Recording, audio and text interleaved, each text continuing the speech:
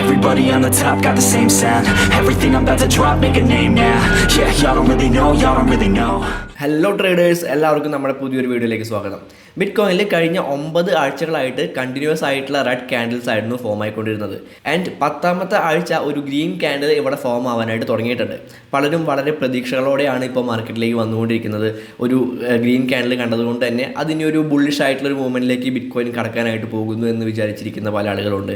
അപ്പോൾ ശരിക്കും നമുക്കൊരു ബുൾ റണ്ണാണോ ഇനി അങ്ങോട്ടുള്ള ദിവസങ്ങളിൽ നമുക്ക് കാണാനായിട്ട് പോകുന്നത്, അതോ ഇനിയും മാർക്കറ്റ് താഴേക്ക് പോകാനായിട്ട് സാധ്യതയുണ്ടോ തുടങ്ങിയ കാര്യങ്ങളൊക്കെയാണ് നമ്മൾ ഈ ഒരു വീഡിയോ നോക്കാനായിട്ട് പോകുന്നത്. തീർച്ചയായിട്ടും നമ്മൾ ഇപ്പോൾ ശ്രദ്ധിക്കേണ്ട, കെയർഫുള്ളായിരിക്കേണ്ട ഒരു സമയം തന്നെയാണ് ഈ ഒരു ഗ്രീൻ ക്യാൻഡലിൽ ആരും തന്നെ വീഴാതിരിക്കുക. എന്താണ് കാരണം എന്നുള്ള കാര്യങ്ങൾ ഈ ഒരു വീഡിയോ കണ്ടു കഴിഞ്ഞാൽ നിങ്ങൾക്ക് മനസ്സിലാവും. ഓക്കെ, അപ്പോൾ നമ്മളിപ്പോൾ നിൽക്കുന്നത് ഈ ഒരു വീക്ക്ലി ടൈം ഫ്രെയിമിലാണ്. ബിറ്റ്കോയിൻ്റെ വീക്ക്ലി ടൈം ഫ്രെയിമിലുള്ള ഒരു ചാർട്ടിലാണ് നിൽക്കുന്നത്. ആൻഡ് നമുക്ക് ഇവിടെ ഈ രീതിയിലുള്ള ഒരു പാരലൽ ചാനൽ വരയ്ക്കാനായിട്ട് സാധിക്കും. ഈ രീതിയിൽ നമുക്കൊരു പാരലൽ ചാനൽ വരയ്ക്കാനായിട്ട് സാധിക്കും. ആൻഡ് നമുക്കിവിടെ നോക്കിക്കഴിഞ്ഞാൽ കാണാൻ പറ്റും ഈ ഒരു പാരലൽ ചാനൽസിൽ, ഈ ഒരു ട്രെൻഡ് ലൈൻസിൽ സപ്പോർട്ട് ആൻഡ് റെസിസ്റ്റൻസ് എടുത്തുകൊണ്ടാണ് പ്രൈസ് മൂവ് ചെയ്തുകൊണ്ടിരിക്കുന്നത് എന്നുള്ള കാര്യങ്ങൾ നമുക്ക് കാണാനായിട്ട് പറ്റുന്നുണ്ട്. ഓക്കെ, ആൻഡ് ഞാൻ ഈ ഒരു ചാർട്ട് ജസ്റ്റ് ഒന്ന് റീപ്ലേ ചെയ്യുന്നുണ്ട്.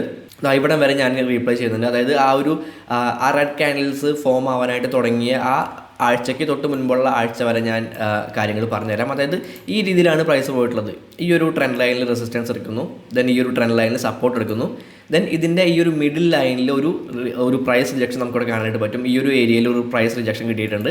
അവിടെ നിന്ന് പ്രൈസ് വീണ്ടും താഴേക്ക് വരുന്നു, ദെൻ വീണ്ടും പ്രൈസ് മുകളിലേക്ക് പോയിട്ട് ആ ഒരു ട്രെൻഡ് ലൈനിൽ ഒരു റെസിസ്റ്റൻസ് എടുക്കുന്നു, ദെൻ അവിടെ നിന്ന് പ്രൈസ് വീണ്ടും താഴേക്കാണ് പോയിട്ടുള്ളത്. അത് നമുക്ക് ഈ ഒരു ബാർസ് റീപ്ലേ ചെയ്ത് കഴിഞ്ഞാൽ കാണാനായിട്ട് പറ്റും.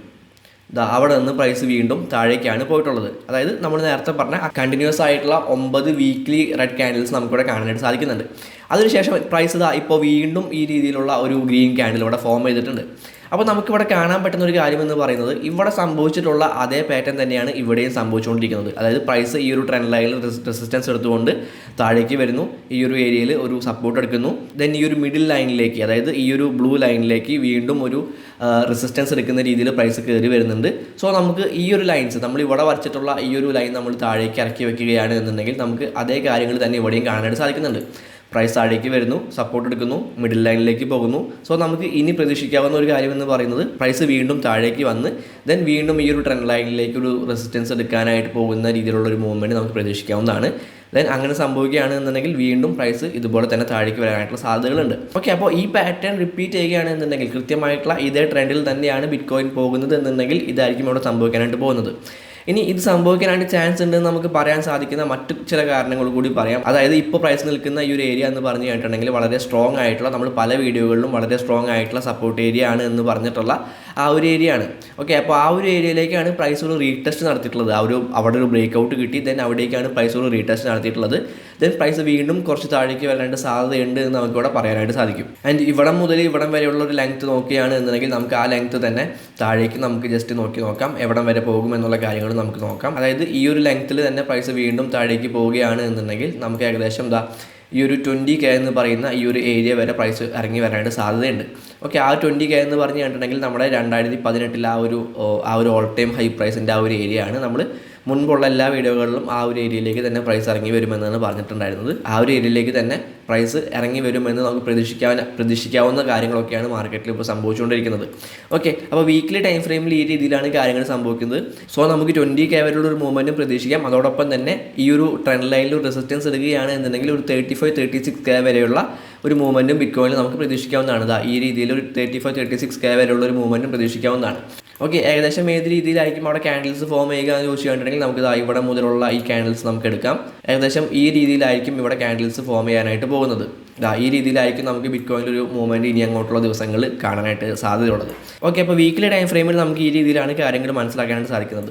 ഇനി നമുക്കൊരു ഡെയിലി ടൈം ഫ്രെയിമിലേക്ക് പോകാം. ഡെയിലി ടൈം ഫ്രെയിമിലേക്ക് പോയിട്ട് അവിടെ എന്താണ് നമുക്ക് കാണാൻ സാധിക്കുന്നത് എന്നുള്ള കാര്യങ്ങൾ കൂടി നമുക്ക് നോക്കാം. ഓക്കെ, നമ്മുടെ മുൻപത്തെ വീഡിയോ കണ്ടിട്ടുള്ള ആളുകളാണ് എന്നുണ്ടെങ്കിൽ നമ്മൾ ആ വീഡിയോയിൽ കുറച്ച് കാര്യങ്ങൾ പറഞ്ഞിട്ടുണ്ടായിരുന്നു. നമ്മൾ ഈ രീതിയിലുള്ള ഒരു പാരലൽ ചാനലിൻ്റെ കാര്യം പറഞ്ഞിട്ടുണ്ടായിരുന്നു. അതുപോലെ തന്നെ ഇവിടെ സംഭവിച്ചുകൊണ്ടിരിക്കുന്ന, അതായത് ഇവിടെ സംഭവിച്ചിട്ടുള്ള ഈ രീതിയിലുള്ള ഒരു പാറ്റേൺ നമ്മൾ പറഞ്ഞിട്ടുണ്ടായിരുന്നു. ഒരു പാരലൽ ചാനലിനെ, ഒരു ഡിസെൻഡിങ് പാരലൽ ചാനലിനെ ബ്രേക്ക് ചെയ്തുകൊണ്ട് പ്രൈസ് മുകളിലേക്ക് പോകുന്നു. ദെൻ ഇവിടെയുള്ള ഈ ഒരു സപ്പോർട്ട് ഏരിയയിൽ നിന്ന് റിജക്ഷൻ കിട്ടിക്കൊണ്ട് പ്രൈസ് വീണ്ടും നല്ല രീതിയിൽ താഴേക്ക് പോകുന്നു. ഓക്കെ, നമുക്ക് ഈ രീതിയിലുള്ള, അതായത് ഇവിടെ നമ്മൾ കണ്ടിട്ടുള്ള, നമ്മൾ ഇവിടെ നമ്മൾ ഇവിടെ ഈ കണ്ടിട്ടുള്ള ഇതേ രീതിയിലുള്ള ഒരു പാറ്റേൺ തന്നെയാണ് നമുക്ക് ഇപ്പോൾ ഇവിടെയും കാണാനായിട്ട് സാധിക്കുന്നത്. അതായത് ഈ രീതിയിലുള്ള ഒരു പാരലൽ ചാനലിൽ ഒരു ബ്രേക്ക് ഔട്ട് കിട്ടി പ്രൈസ് മുകളിലേക്ക് പോവാണ്. ദെൻ നമുക്ക് ഇവിടെ ഈ രീതിയിലുള്ള ഒരു റെസിസ്റ്റൻസ് ഏരിയ നമുക്കിവിടെ കാണാനായിട്ട് സാധിക്കുന്നുണ്ട്. സോ ഈ ഒരു റെസിസ്റ്റൻസ് ഏരിയയിൽ നിന്ന് ഒരു റിജക്ഷൻ കിട്ടുകയാണ് എന്നുണ്ടെങ്കിൽ പ്രൈസ് നേരത്തെ ഇവിടെ സംഭവിച്ച പോലെ തന്നെ വീണ്ടും താഴേക്ക് തന്നെ പോകാനായിട്ടുള്ള ചാൻസ് നമുക്കിവിടെ പ്രതീക്ഷിക്കാവുന്നതാണ്. അപ്പോൾ ഇവിടെ മുതലുള്ള ഒരു ലെങ്ത് നോക്കുകയാണ് എന്നുണ്ടെങ്കിൽ ഏകദേശം ഈ ഒരു 22K എന്ന് പറയുന്ന ആ ഒരു റേഞ്ച് വരെ പ്രൈസ് പോകാനായിട്ട് സാധ്യതയുണ്ട്. ഇനി അതല്ല ഒരു ബുള്ളിഷ് ആയിട്ടുള്ള മൂവ്മെൻറ്റ് തന്നെയാണ് ഇവിടെ സംഭവിക്കാനായിട്ട് പോകുന്നത് എന്നുണ്ടെങ്കിൽ നമുക്ക് ഇവിടെ ഈ രീതിയിലുള്ള ഒരു ബ്രേക്ക് ഔട്ട് കിട്ടണം. എങ്കിൽ മാത്രമേ നമുക്ക് ചെറിയ രീതിയിലുള്ള ഒരു ബുള്ളിഷ് ആയിട്ടുള്ള മൂവ്മെൻറ്റ് നമുക്ക് ബിറ്റ്കോയിനിൽ പ്രതീക്ഷിക്കാനായിട്ട് പറ്റുള്ളൂ. പക്ഷേ ഓവറോൾ മാർക്കറ്റ് സെൻറ്റിമെൻറ്റ്സ് നോക്കുകയാണെന്നുണ്ടെങ്കിൽ ഒരു ബെയറിഷ് ആയിട്ടുള്ള ട്രെൻഡിൽ തന്നെയാണ് മാർക്കറ്റ് ഇപ്പോൾ നിൽക്കുന്നത്. നമുക്ക് ട്രെൻഡ് റിവേഴ്സലിൻ്റെ സൈനോ കാര്യങ്ങളോ ഒന്നും തന്നെ നമുക്ക് ഒരു കൺഫർമേഷൻ നമുക്കിവിടെ കിട്ടാറായിട്ടില്ല. അപ്പോൾ ഗ്രീൻ ക്യാൻഡിൽസ് കാണുമ്പോൾ ഒരു ലോങ് ടൈമിലേക്ക് ഒരു പൊസിഷൻ എടുക്കുക എന്ന് പറഞ്ഞു കഴിഞ്ഞിട്ടുണ്ടെങ്കിൽ അത്ര നല്ലൊരു തീരുമാനമായിട്ട് എനിക്കിപ്പോൾ തോന്നുന്നില്ല. നിങ്ങളുടേതായിട്ടുള്ള റിസർച്ചും കാര്യങ്ങളും നിങ്ങളുടേതായിട്ടുള്ള അനാലിസിസും കാര്യങ്ങളൊക്കെ നടത്തുക. അതിന് ഹെൽപ്ഫുൾ ആവുന്ന എന്തെങ്കിലും കാര്യങ്ങൾ ഈ ഒരു വീഡിയോയിൽ നിന്ന് കിട്ടുന്നുണ്ടെങ്കിൽ അത് മാത്രം എടുത്താൽ മതി. അപ്പോൾ ഹാപ്പി ട്രേഡിംഗ്, അടുത്തൊരു വീഡിയോയിൽ കാണാം.